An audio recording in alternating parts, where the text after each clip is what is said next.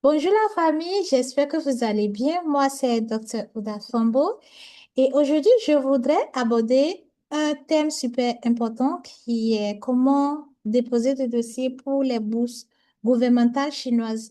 C'est une question qui me revient régulièrement, donc j'aimerais quand même l'aborder aujourd'hui. Et cette vidéo sera en deux parties. La première, nous allons parler de la bourse et après, nous allons parler des documents et également du processus complet de dépôt de dossier. Donc, la bourse du gouvernement chinois, qui est souvent appelée la bourse CSC, en référence au China Scholarship Council, qui est sous le ministère de l'Éducation de la Chine et qui est responsable des admissions pour ce type de bourse.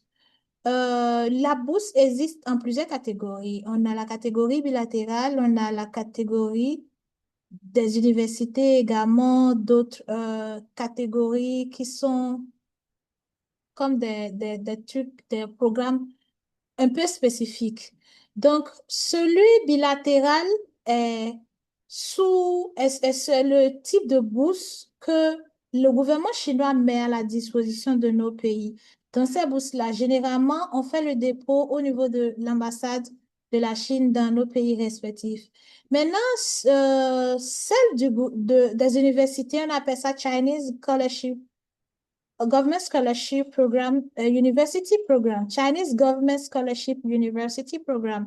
Ces programmes, ces bourses-là, vous pouvez postuler pour ça directement au niveau de vos universités cibles. Donc, la différence entre les deux bourses, c'est que la bourse bilatérale, vous déposez au niveau des structures désignées par l'ambassade de la Chine ou bien le gouvernement de votre pays. Vous déposez les dossiers là et on assure votre billet d'avion également pour la Chine, aller-retour. Donc, le gouvernement au courant des candidats et tout. Alors que pour les programmes de l'université, vous déposez directement au niveau de l'université. C'est beaucoup plus indépendant. Vous faites votre démarche tout avec votre université sans l'implication de l'ambassade et passer par d'autres structures et tout. Vous gérez votre chose directement avec l'université de votre choix. Maintenant, il y en a aussi des programmes spécifiques, comme je l'ai dit. Donc, nous allons voir dans ce tableau plusieurs catégories de bourses et leurs objectifs. OK, on a les programmes, différents programmes. On a par exemple le Great Wall Programme, qui est une bourse destinée aux étudiants, pardon, des pays sous-développés. Donc, c'est généralement pour les postgraduates, c'est-à-dire master, doctorat, les General Scholars et Senior Scholars. Et c'est géré par la National Commission for UNESCO in your hometown. C'est-à-dire que s'il faut gérer ça au niveau de l'UNESCO dans votre pays. Et voilà le site pour consulter et déposer des dossiers. Maintenant, on a le EU Programme, Chinese Government Scholarship EU Programme. C'est un programme qui est destiné aux étudiants des pays membres de l'Union européenne. Ça couvre licence, master, doctorat, General Scholars et Senior Scholars. Et il faut voir avec le Bureau de l'éducation et de la culture de la République populaire de la Chine au niveau de l'Union européenne. Vous pouvez aller sur ce site pour plus d'explications. Maintenant, nous allons venir sur le programme AUN de Chinese Government Scholarship. C'est pour les étudiants des pays membres de ASEAN. Nous, les Africains, n'en faisons pas partie. Et il y a le PIF Programme qui est destiné aux étudiants ressortissants des pays, des îles et des Caraïbes. Donc, on a les Pacifiques, les îles de la Pacifique, ou du Pacifique, anyway. Donc, vous pouvez aller sur ce site pour la voir. Et on a le WMO programme. C'est pour des étudiants et chercheurs qui aspirent à faire des recherches dans le domaine de la météorologie. Et ça couvre de la licence jusqu'au doctorat. Donc, voilà le site pour pouvoir avoir plus d'informations. Donc, nous avons également le programme des Student Exchange Program. Donc, ce sont des programmes entre Les universités sont des programmes d'échange d'étudiants, pour ne pas dire de bourse, entre les universités chinoises et leurs partenaires qui sont à l'extérieur. Et c'est un programme qui dure 12 mois. Ça veut dire que si vous êtes partenaire d'une université chinoise sous ce programme, vos enseignants et étudiants peuvent venir au niveau de la Chine pour des formations de 12 mois. Maintenant, nous allons parler de la durée et de ce que la bourse couvre. Donc, la bourse gouvernementale sponsorise des programmes licence, master, doctorat et pour les general and senior scholars, des chercheurs et autres. Dans la bourse gouvernementale couvre généralement la formation, votre formation proprement dite et une année préparatoire. Et parce qu'il y a des écoles où on trouve que le niveau de l'étudiant a la bourse, mais on trouve que le niveau de langue de l'étudiant n'est pas suffisant. Donc, il a droit à 1 an de langue pour perfectionner son vocabulaire dans le domaine et également la culture chinoise et la société chinoise avant de commencer son programme. Si c'est un master, il fait les 1 an et maintenant, il va continuer avec son master ou sa licence ou son doctorat. On avait déjà vu dans l'une de nos vidéos, pour le master, c'est de 2 à 3 ans, la filière même, la formation pour la filière. Ce qui indique que si vous avez 1 an de langue, plus, vous avez 1 an de langue, donc ça fait 1 an de langue, plus 2 à 3 ans pour votre master. C'est-à-dire, votre cursus de master dure entre 3 ans et 4 ans. Maintenant, pour le doctorat, il vous supporte de 4 à 5 ans. De 3 à 4 ans, pardon. Donc, ça vous fait 1 an plus cette durée-là. Dépasser ça, le programme ne couvre plus vos besoins en Chine. Donc, quelles sont les institutions majeures et les filières qui sont souvent, dans lesquelles la Chine octroie souvent ses bourses?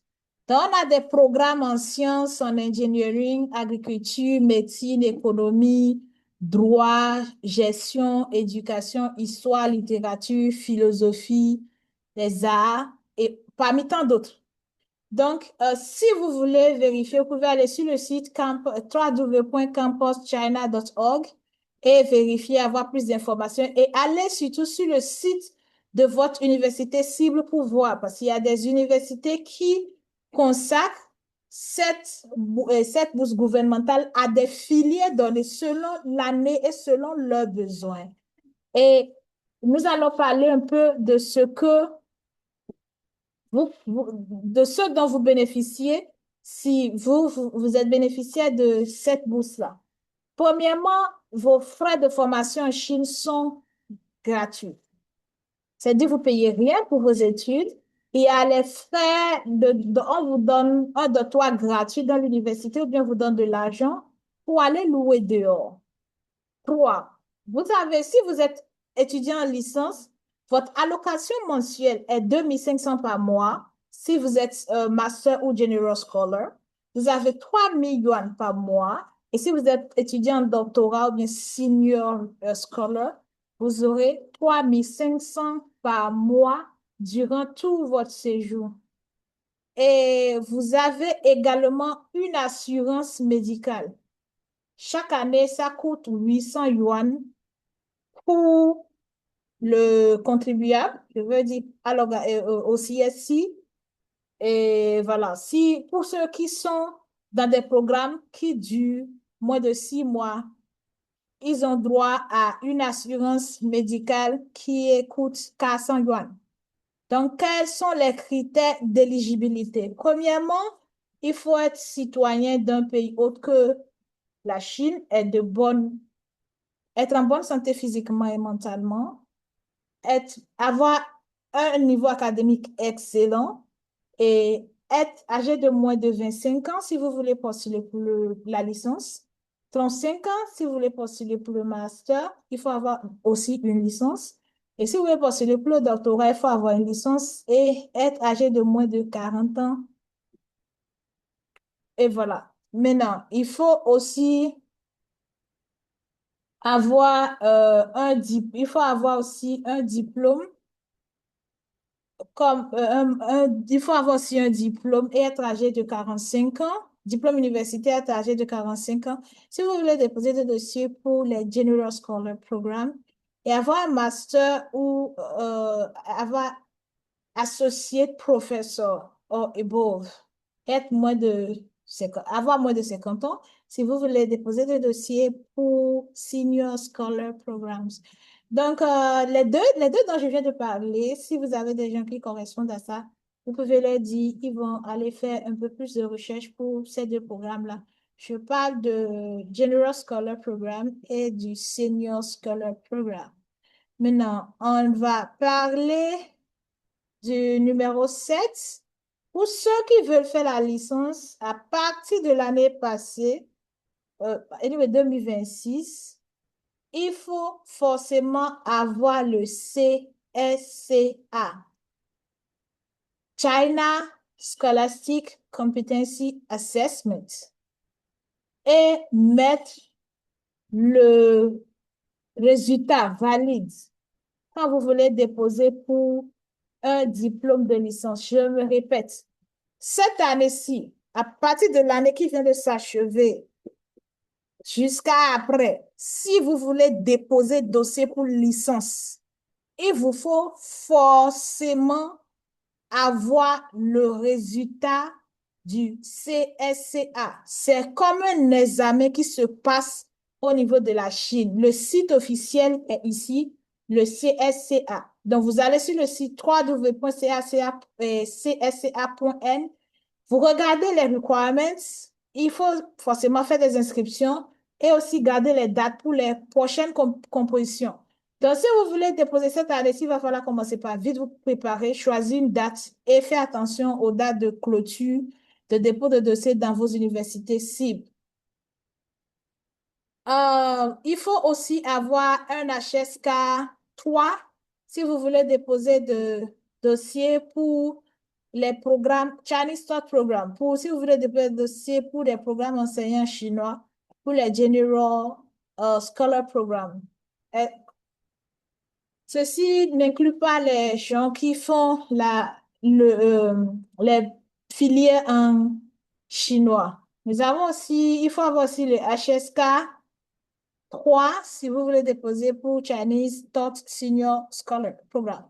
Il faut avoir le HSK 4 si vous voulez déposer des dossiers pour un programme enseigné, que ce soit en chinois, en master ou en doctorat, mais en chinois. C'est-à-dire, si le programme, vos cours seront donnés en chinois, pour votre programme de licence et de master, il faut avoir un HSK 4.